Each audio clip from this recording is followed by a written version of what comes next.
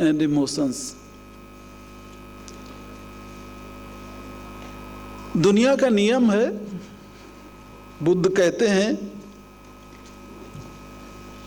सब कुछ अनित्य है। यहां अनित्यता, दुखदा, अनात्म। दुखदा और अनात्म कभी और। अनात्म का मतलब ये नहीं कि आत्मा नहीं है, उसका मीनिंग डिफरेंट है बुद्ध के वर्ड्स में। अनित्य, इस वसुंधरा पर सब कुछ अनित्य है। जो पैदा हुआ वो जवान होगा, और जो जवान हुआ है वो बुढ़ा होगा, और जो बुढ़ा हुआ वो एक दिन चला भी जाएगा।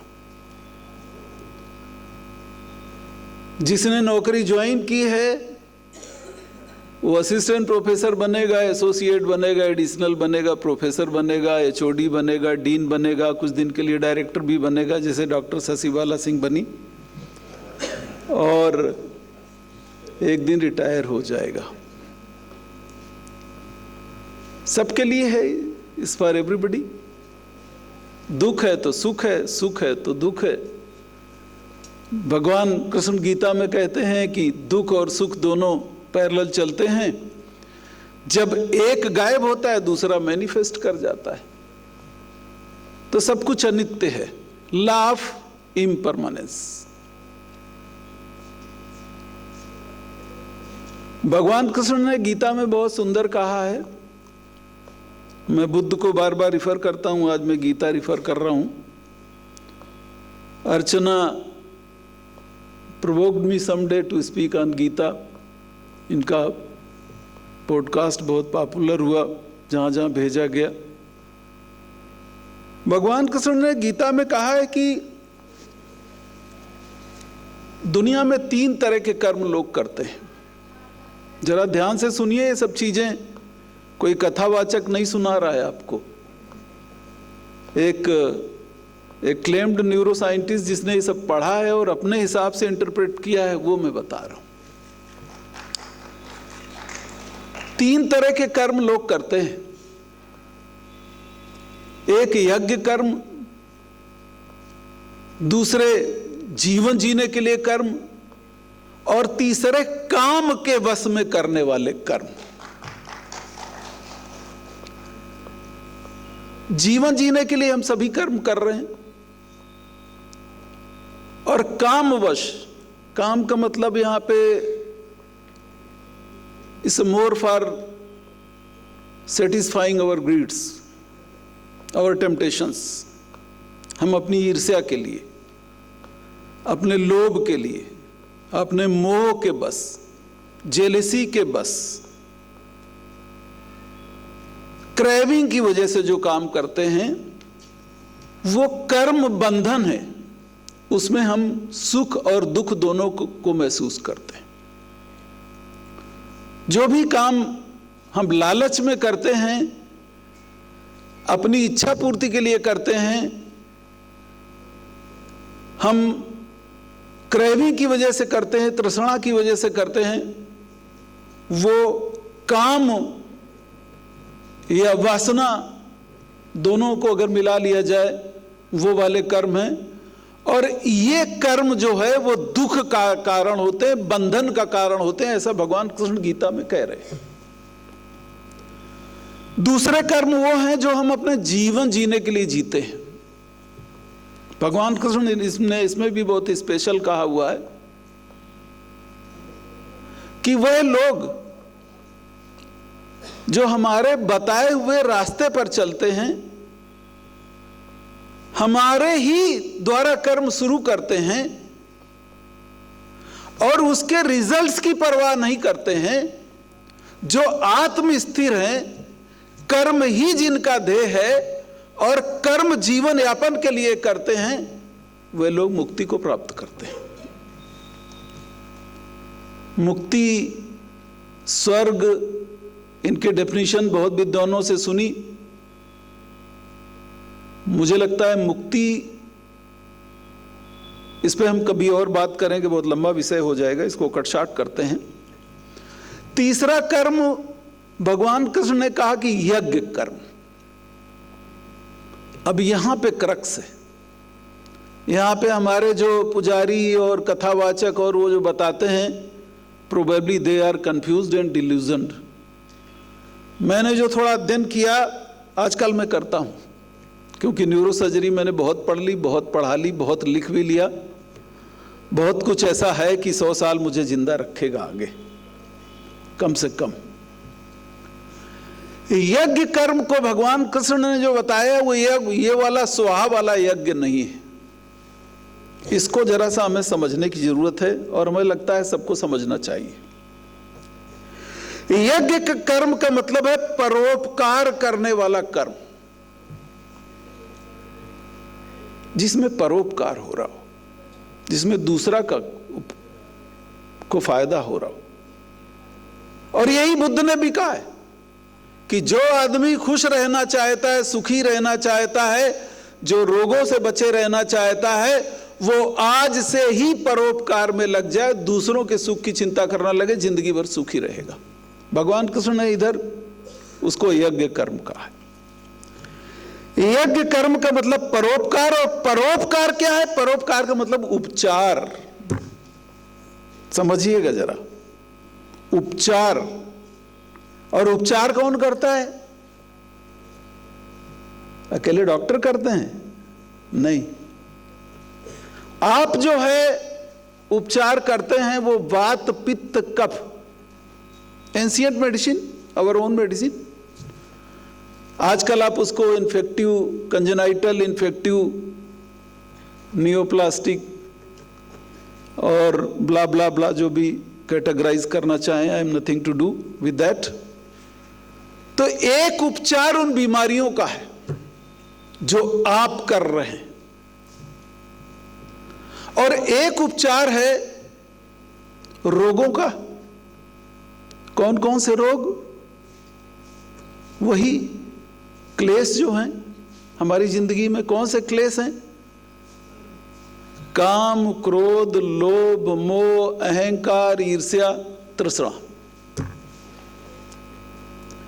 अगर ये जिंदगी में ना हो, मुश्किल है। क्यों नहीं होंगे? मुझ में भी है, आप में भी है। हम कोई योगी थोड़ी ना है, भाषण दे रहे हैं यहाँ पे। लेकिन अगर ये कुछ कम भी हो जाए तो भी जिंदगी सक्सेस हो सकती है। अब भगवान कृष्ण कह रहे हैं कि चाहे जिस तरह का रोग हो, और जो भी उपचार कर रहा है वो यज्ञ कर्म कर रहा है।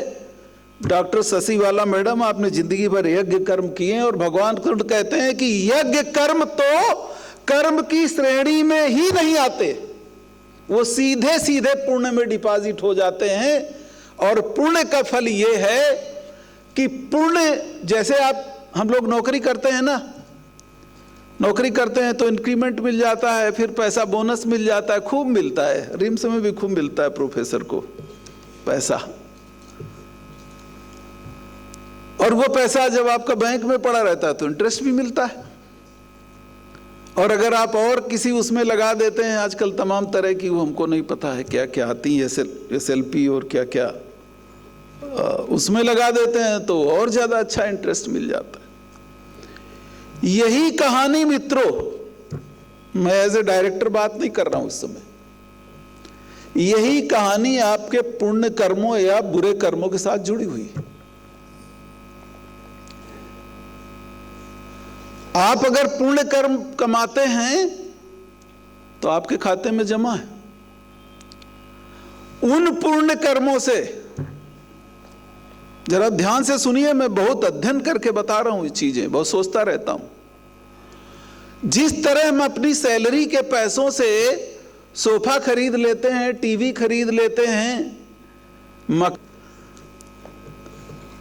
तो आजकल तो कम हो गए, झारखंड में तो एको नहीं दिखा, यूपी में भी बहुत कम हो गए, लेकिन है अभी एक आदमी। मैं यहाँ डिफाइन कर देता हूँ।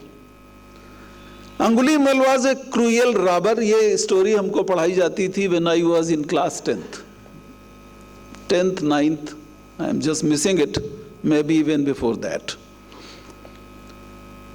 अंगुलीमाल ने 999 लोगों को मार के और माला पहनी थी। कहानी सबने पढ़ी होगी। जंगल में रहता था। श्रावस्ती जो उत्तर प्रदेश में है, तब उसको सावत्थी बोलते थे। और उसको यह था कि 1000 लोगों को माल के, जब वो माला 1000 लोगों की बना लेगा तभी वो चैन से बैठेगा। जो राजा था उस इलाके का, प्रसन्नजीत, वो भी डरता था उस जंगल में जाने में। बुद्ध भिक्षाटन पे निकले। बुद्ध ने कहा कि भिक्षा लेते लेते वो जंगल के किनारे घरों में पहुंचे। लोगों ने कहा कि भगवान आप उस जंगल में बच जाइए। बुद्ध ने कहा क्यों?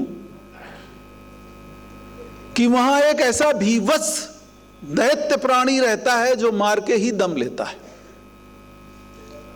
और अगर जाना भी हो तो उस रास्ते से मत जाइए, थोड़ा टाइम लग जाएगा, टेढ़े रास्ते से जाइए। बुद्ध ने कहा कि अब आपने मना कर दिया है तो मुझे तो उसी रास्ते पे जाना है। बुद्ध उस रास्ते पर गए।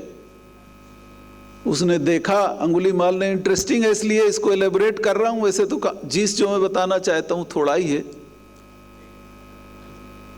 अंगुलीमाल मिल गया। उसने कहा ए योगी रुक जा। बुद्ध धीरे धीरे चलते रहे। उसने कहा योगी तुझे डर नहीं लगता मुझे देख के? अब यह समझने की बात है कि बुद्ध नॉर्मल स्पीड में जा रहे थे और अंगुलीमाल दौड़ रहा था। उसने फिर कहा योगी रुक जा, मैं तुझे मार दूंगा, ठहर। बुद्ध रुके और उन्होंने कहा मूर्ख, मैं तो कब का ठहर गया हूं, तू ठहर। अब अंगुलीमाल बड़ा परेशान हो गया। पाप ही पाप था ना उसके मन में, पुण्य तो कहीं था ही नहीं। उसने इतने पाप किए हुए थे कि प्रसन्नजीत भी, उसकी सेना भी नहीं जाती थी। Prasannajit was a very popular king of that time and he ruled in a very large area. Buddha ने उसको कहा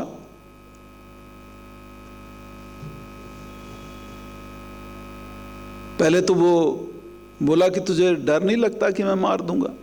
कि नहीं, तुम मार ही देना मुझे।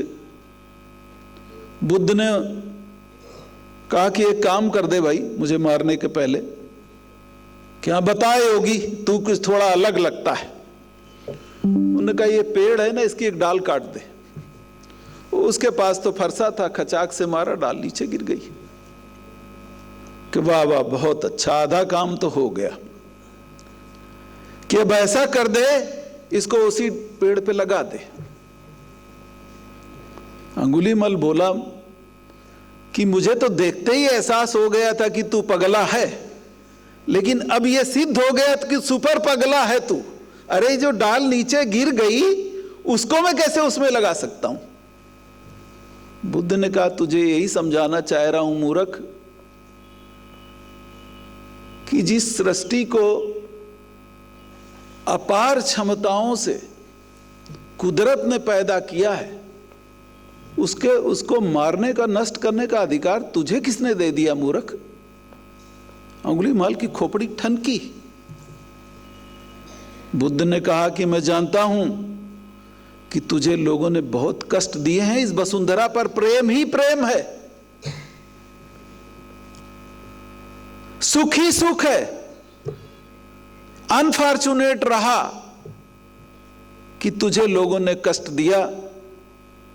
तो यहां पे मैसेज ये है कि आपके ऊपर है कि this world is full of sorrows and sufferings, however this world is full of happiness also. Choice is yours. Angulimala को हजारों कत्ल करने के बाद यह समझ में आया कि वसुंधरा पर सुख ही सुख है। और डॉक्टर ससीवाला हमेशा मुस्कुराती रहती हैं, हमारे ऑफिस में भी आती हैं, इन्होंने महसूस कर लिया। अंगुलीमाल का मैसेज इनको पहले ही मिल गया था, मुझे लग रहा है। अंगुलीमाल उस समय से बौद्धिस्ट मांक बना और 7 दिन में, विद इन 7 days, एक लेडी जो बिजनेसमैन की थी, मर्चेंट की थी, जो वैश्य जिनको कहते हैं, उसको लेबर पेन हो रहा था। डॉक्टर शशि बाला की टीम वहां नहीं थी। गाड़ी से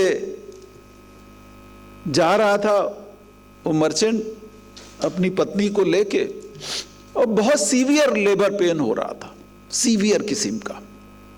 ये जरा पाप पुण्य की व्याख्या कर रहा हूं, समझ लीजिए। आप डॉक्टर हैं और आप ही यज्ञ कर्म कर सकते हैं, और यज्ञ कर्म का मतलब यज्ञ कर्म जो है वो बंधन मुक्त है, और वो पुण्य ही पुण्य है, और जितने पुण्य आप कमा रहे हैं उतना ही आपका खाता स्ट्रांग हो रहा है। मैं इस कहानी के माध्यम से वही बताना चाह रहा हूं। तो आगे स्टोरी इस तरह की है कि वो लेडी इतना विलाप कर रही थी, she was wincing with the pain, labour pain was too much. मुझे लगता है कि कॉन्ट्रैक्टेड पेल्विस रहा होगा मैडम, नहीं, या सिफेलो पेल्विक डिस्प्रपोर्शन रहा होगा, with little knowledge of my MBBS, और या ब्रीच लाई रही होगी, कुछ इस तरह का रहा होगा। ये लोग ज्यादा अच्छा जानते हैं, हमें तो गुड्डा पेल्विस मार मार के सिखाया गया था। सब ऑक्सीपिटो, वेंट्रल और पोस्टीरियर, लेफ्ट राइट, लेफ्ट वाला शायद नॉर्मल डिलीवरी होता है। वो दौड़ के, by this time he was filled with love, charity and compassion. 7 ही दिन हुए थे, मात्र 7 दिन हुए। 7 दिन के पुण्य का प्रताप देखिए, मैं बता रहा हूं आपको। वो बुद्ध के पास दौड़ा हुआ गया, उन्होंने कहा भगवान मैं देख नहीं पा रहा हूं, देखिए जो 2 मिनट में गर्दन उड़ाता था, 7 दिन उसको अच्छा सानिध्य मिल गया। 7 दिन में जो हृदय केवल हेट्रेड, ब्रूचलिटी से भरा हुआ था, वो लव, चैरिटी, कंपैशन से भर गया, सिंपैथी, एम्पैथी से भर गया। वो दौड़ा दौड़ा बुद्ध के पास गया कि भगवान वो लेडी इतना विलाप कर रही, मेरे से देखा नहीं जाता। बुद्ध ने कहा कि जाओ और इस संपूर्ण कायनात को, वातावरण को, कुदरत को साक्षी मान के बोलो कि मेरे पास जो भी पुण्य है मैं ये दान करता हूं, ये लेडी सही हो जाए। घबराहट में था, पीछे दौड़ा, फिर उसको होश आया, वो फिर लौटा। भगवान 7 दिन में हमारे कौन से पुण्य हो गए, मैं तो जिंदगी भर लोगों की जिंदगी नष्ट की है, मारा है। बुद्ध ने कहा जाओ, कहो कि 7 दिन में जो भी पुण्य कर्म मैंने किए हैं उनके प्रताप से इस लेडी को डिलीवरी हो जाए और इसकी पीड़ा खत्म हो जाए। लेकिन याद रखना, तुम्हारे पास इन 7 दिन का जो पुण्य है वो कुछ नहीं रहेगा। दौड़ के गया उंगलीमल, उसने वही किया। डिफिकल्ट डिलीवरी भी फारसे लगाए बिना हो गई, विदाउट सिजेरियन सेक्शन, जो आजकल 90% 70% होता है। I don't know about Jharkhand, this incidence has increased over last 2 decades। Delivery हो गई। आज भी उसके रेमिनेंट जो अंगुलीमल को वो दान किया था उस सेठ ने, वो अभी भी उसके रिमेन्स हैं श्रावस्ती में। पुण्य का जो है खाता, वो मेडिकल प्रोफेशन में इतना जितना है उतना किसी दूसरे प्रोफेशन में नहीं।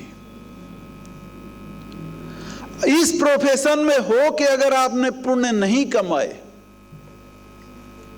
और मुझे लगता है मैडम शशि बाला ने कमाए, इनका लाइफ बहुत स्ट्रगल कर रहा, तो मैं ये कहना चाह रहा हूं कि मैडम शशि बाला जी, आपने यज्ञ कर्म किए, आपने गुरु का कर्म निभाया, आपने कई सारी लाइफ्स को कार्व किया। यज्ञ कर्मों के साथ साथ आपने गुरु का दायित्व निभाया, फिर गुरुओं के प्रमोशन का भी काम आप ही के टेनोर में हुआ।